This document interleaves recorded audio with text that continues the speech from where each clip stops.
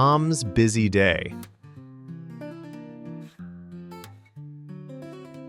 Tom wakes up at 8 o'clock every day. He gets up and stretches. He feels ready for a new day. Then, Tom eats toast and eggs for breakfast. He drinks orange juice. Delicious. After breakfast, Tom walks to school. He likes walking. It is fun and healthy. At school, Tom studies English. He reads books and writes in his notebook. Tom learns many new words every day.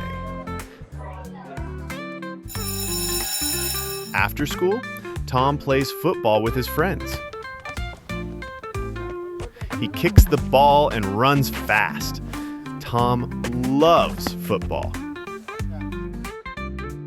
In the evening, Tom does his homework. He writes carefully and learns new things. At night, Tom goes to bed at 9 o'clock. He sleeps well because he is tired after a busy day.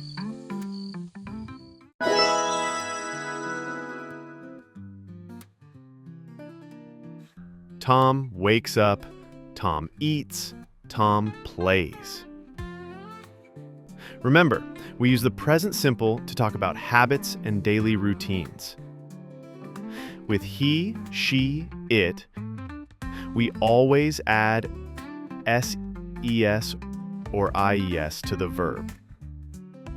Let's have some examples. Starting with the verb eat.